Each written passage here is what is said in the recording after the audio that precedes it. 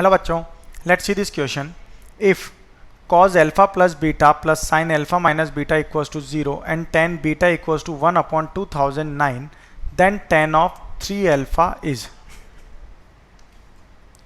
So अगर यहाँ हम देखें तो हमें क्या गिवन है, cos of alpha plus beta plus sin of alpha minus beta is equals to 0 given है. तो इसे लिख सकते हैं यहाँ पर cos of alpha plus beta equals to minus of sin alpha minus beta. तो ये क्या हो जाएगा, यहाँ पे इसमें फॉर्मूला लगेगा cos of a plus B, that is cos a cos b minus sin a sin b. तो ये हो जाएगा cos alpha cos beta minus sin alpha sin beta is equal to, यहाँ क्या फॉर्मूला लगेगा, sin alpha minus beta, that is sin a sin b minus cos a cos b. तो ये जाएगा minus of sin alpha cos beta minus cos alpha sin beta. Okay ये formula होता है sine A minus B का, sine A cos B minus cos A sine B.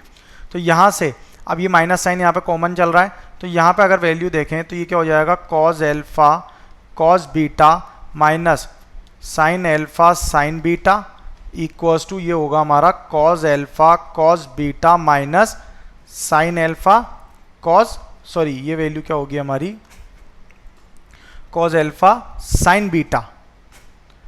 Okay cos alpha sine beta minus sine alpha cos beta.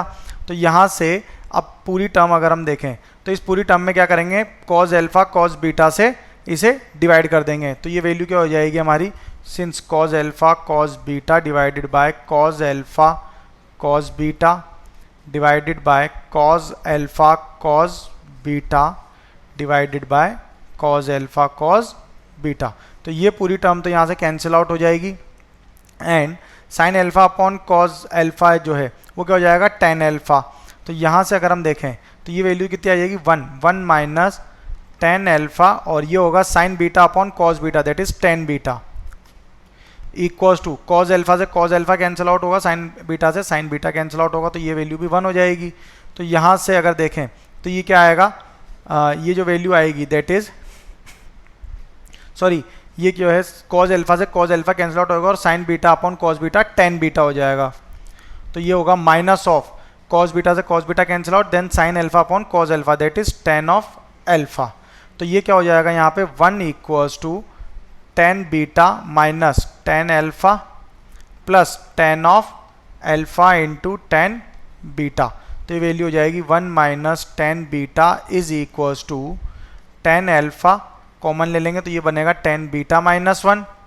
So tan alpha क्या हो जाएगा यहाँ पे, tan alpha हो जाएगा 1 minus tan beta divided by tan beta minus 1.